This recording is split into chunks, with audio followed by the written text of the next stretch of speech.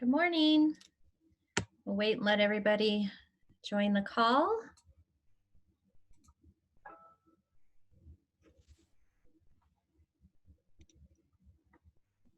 Morning, Cher. Good morning, Wayne. How are you?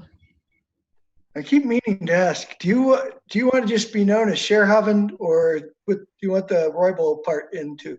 Do you You care? know, that's an interesting question. I might have to get back with you on that one. But for now, let's just say Sherhavend. Roybal is my maiden name that I've used for years. But Okay, yeah, for now, Sherhavend. Thank you. however you like it. It's your name. You pronounced it correctly, though. I certainly appreciate that. Well, it sounds Dutch, right? Yeah, it's Norwegian. I say Hav like sob, and then people kind of get it. So. There you go. Okay, I think we'll go ahead and get started. It's Thursday, October 1st, believe it or not. Thanks for joining us for the CDLE Weekly Press Call. I'm Cher Hovand, Deputy Executive Director and Chief Communications Officer for the department. And we have Jeff Fitzgerald, Unemployment Insurance Division Director, and Ryan Gedney, Senior Economist with the department. So we have just a few updates for you this morning, and then we'll turn it over to Ryan for his report. Before we get started, one quick housekeeping note for October. This month's monthly situation release will be on a Tuesday. Every now and again, we just like to keep things exciting and shift from our Friday release. So that will be Tuesday, October 20th. If you can just kind of make a note of that, certainly we'll send a reminder as we get closer to that date. And that will be 8 a.m. release with a 10 a.m. press call. So today we'll update a quick update on the Lost Wages Assistance Program, what we've paid in benefit amounts, and we've actually now established a certify by date for those benefits. And then we'll provide a quick customer service update on how we're progressing with callbacks and all things related to our virtual agent technology, and then answer your questions. So with that, let's just get started. Lost Wages Assistance. Just a reminder, this is the $300 a week benefit, federally funded as a result of the president's executive order coming from FEMA funds. It's $300 a week for 6 weeks for the weeks July 26th to September 5th. This is for any individual eligible for at least $100 in unemployment for those weeks, and of course eligible for unemployment, which is able, available, and actively seeking work. We paid the second installment of the $300, the $900 balance, starting late last week. As reported today, we've paid just over $300 million in the LWA benefits. That equals about 217,000 claimants. We estimated around 300 to 350,000 claimants could potentially be eligible for this benefit. So there is a balance outstanding out there of individuals who have yet to certify. The certification is required for regular unemployment insurance claimants, not for pandemic unemployment insurance claimants, known as PUA, self-employed gig workers and independent contractors. And without that required certification, individuals will not be eligible for this additional benefit. So it is critical that anyone who was eligible for unemployment for that 6-week period and eligible for at least $100 in unemployment complete the certification process. They can do that with a virtual agent tool by phone or online. And they do have only until October 10th to complete that certification. Again, if that certification is not done by that deadline, they will not be eligible for these benefits. FEMA notified all states who participated in this program early on. It is a first come, first serve benefit. And so it is critical that these individuals go in and complete that certification. It takes just a few minutes by phone or online. We did email 89,000 individuals last night. We've seen some response to that email campaign. We will continue additional outreach to these individuals who have yet to certify. So all in all, we've paid about just over 60% of claimants who we thought would be eligible for this benefit amount. And that also equates to just over 60% of our allocated funding.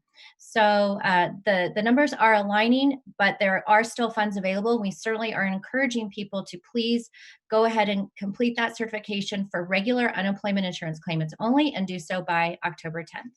I'm going to pause there and see if, Jeff, I missed anything about LWA. No, I think you covered it very well. Nothing to add. Okay, great. So customer service updates. We continue with our callback initiative to help ensure the equity and distribution of customer service and claimant needs in terms of getting claim questions answered. We've had, since we launched the application, 12 million queries within the system. We've completed just over 60,000 callbacks. We continue again to open up slots on a recurring basis that's dependent on staffing capacity. We just opened up about 3,000 slots for the weeks November 30th through December 4th. What this means is we have a team that is actually calling individuals who are at the back of the line, if you will, and asking them if they'd like an earlier callback. Some claimants are choosing to just keep their original callback date. However, our no-show rate continues to climb, and that is unfortunate because these are slots that, again, could be given to claimants who do actually need to speak to an agent to get help with their claim. So we're trending about a 31% no-show rate. And so again, critical for individuals to call and cancel that callback request so that somebody who does need to speak to an agent can receive the services that they need. Jeff, any other updates on virtual agent? I would just emphasize that we have immediate availability for our Spanish-speaking population. So if you have readers that are in the Spanish-speaking population, please emphasize that. We want to be sensitive to their needs and are ready to help them with their claims. I would also note that all of our agents who service our Spanish-speaking population are bilingual, and so they also service our English-speaking population. So it's not that they're sitting idle simply waiting for Spanish-speaking claimants to call. They're actively calling those English-speaking customers as well. And one additional update on it's not an update, it's a reminder on the customer service front, is there still is a dedicated call center for PUA claims, pandemic unemployment assistance. We have, again, contracted with a vendor to staff that call center specific to PUA claims. And there is typically a very short wait for connection to an agent within that call center. So I'll pause to see if we have any questions. And if not, I think I will just turn it over to Ryan. All right, I'll jump in before questions come in. As always, let's just start off with the most recent initial claims data. The most recent data is for the week ending September 26th. The department processed 4,840 regular UI initial claims for the week ending September 26th. That represents a slight change from the 2 weeks prior. It marks the first time since early March that regular initial claims have been below 5,000. As a reminder, 4,800 was the average weekly number of initial claims filed during the Great Recession. While claims activity has steadily declined over the past 3 months, I anticipate we will experience upticks in the fourth quarter. Week. Historical trends have shown that claims levels will spike at the beginning of a quarter compared to the end of the prior quarter. This is known as a quarter change effect. The increase in initial claims at the start of the fourth quarter has ranged between 12 and 39% over the past 12 years. Second, part of the expected increase is due to typical seasonal patterns. For example, construction claims rise in the fall and winter. And finally, another contributing factor is that colder weather may cause a surge in new and recurring layoffs within the restaurant sector due to an inability to seat patrons outdoors and reduce capacity indoors. Since mid-March, restaurants have accounted for about 15% of all industry-level regular initial claims filed in Colorado. Pandemic unemployment assistance, or PUA, initial claims for the week ending September 26 totaled 2,413. And Wayne, while that is a slight increase in adjusted claims, just slightly, Jeff, maybe you could speak on this too. I don't think we're seeing as rampant attempts at fraud that we were, say, earlier in September and later in August. Yeah, I can add to that. Thanks, Ryan. And good question, Wayne. So here's what I'll say. Yes, the numbers are up slightly. They're up from previous weeks, but for me, they fall into a range that I'm far more comfortable with in terms of range from about 1,500 to 2,500. That seems like the 1,500 to 25 is about what I would expect us to see. But what I would underscore is that, to Ryan's point, we are still getting attempts to submit fraudulent claims, but the number of those attempts is down dramatically, and that's not reflected in the initial claims numbers. You're not going to see that in the background. That's happening in the background. So what I can tell you is, for example, from about the end of August, so basically the month of September, we stopped about 25,000 claims, fraudulent claims that we, based on our algorithms and our patterns for identifying these things, we've stopped about 25,000 claims over the course of the month that we deemed to be fraudulent. That's far less than we were getting in terms of attempts prior to that. So I'm glad to see that, frankly, that while the activity hasn't stopped altogether, that it seems as though the fraudsters are getting the impression or the clear indication that Colorado is not open for business in that way, and they're moving on to different states and moving elsewhere. So while the numbers have gone up in terms of initial claims, I feel comfortable about those being legitimate claims and are in a range that I feel like is appropriate and logical for the economic situation. Great, thanks, Jeff. Approximately 162,000 valid PUA initial claims have been filed since the program became active in Colorado on April 20th. PUA and regular UI have combined for a grand total of 726,000 initial claims since mid-March. A little over 50% of that total occurred between March 15th and April 25th. The decline in regular UI continued claims persists through the week ending September 19th. Those claim levels have fallen to 143,000. That's compared to 177,000 just 4 weeks prior. That's a decline of nearly 20%. As I have mentioned in previous press calls, while some of that decrease is due to more individuals becoming reemployed, it is also reflective of more claimants shifting to the Pandemic Emergency Unemployment Compensation Program, or PEUC.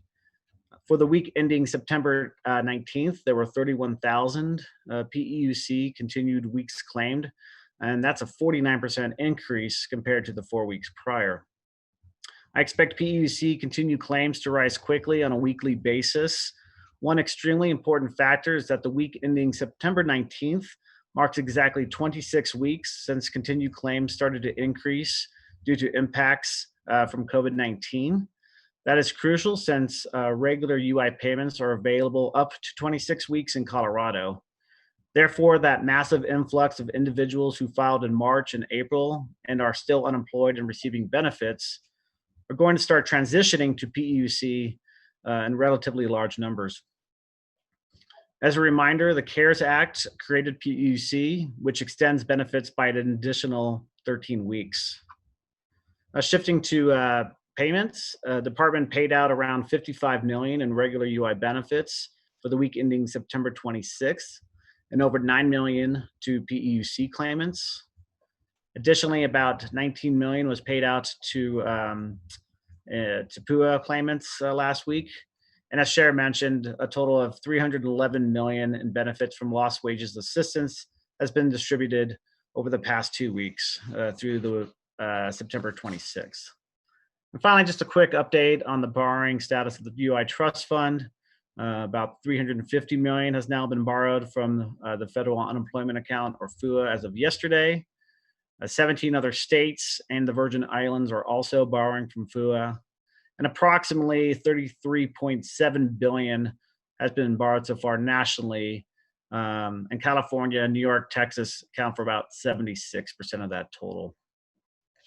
Okay, with that, I could take questions. Wayne, you're asking the increase in continuing claims the first since when? The increase? Which continuing claims? Regular continued claims are going down, but No, it seems that overall number of 238,000 is up like 3% from the prior week. That seems like the first increase in, about 2 months. Well, no, we had one on 9/5. If you look at regular PUA and PEUC, that was an increase the week ending 9/5, just slightly compared to the week ending 8/29. The thing is that PUC will go up and down depending on what the claimant request schedule is. This is kind of what we saw at the beginning in March, April, and May, when continued claims for regular UI kept jumping up and down every single week. So we'll also see that with PEUC, where the PEUC number is 31,000 for this week, but for next week, it's probably going to be around 26,000 continued claims, and then go up the following week. So we'll continue to see that jigsaw effect, or the sawtooth effect, over the next month or so, I think. A Greg McBoat asks, will we have access to county level claims for PEUC and LWA? No, that's there's no efforts to break that out the county level. Now, Greg, what we do have is PUC is lumped in with SEB and regular UI on the county level and initial claims continued claims data that we post on LMI Gateway. And we've added some notes there to explain that the data has been revised back to the beginning of July to include those two programs. PUC became active around the early July, and SEB early August.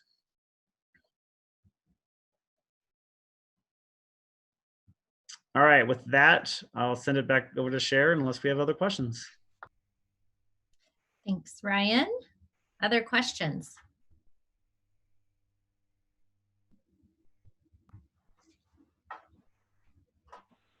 Ryan or Jeff, Tamara, the answer is correct. As of September 26th, we do have data I believe we can share through the 30th. Sure, do you want me to? Yes, 338 through the 30th. 338 million, Tamara. And the reason, obviously, we keep it consistent within the press release is that is the date for which we're reporting other benefit amounts. So we're just trying to keep it consistent, but 338 through September 30th. Other questions?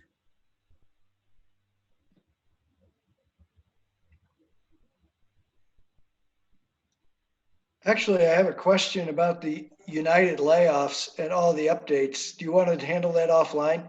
Yeah, Wayne, let's handle that offline if you don't mind. I'll follow up with you. Okay. You can just shoot me an email. Okay.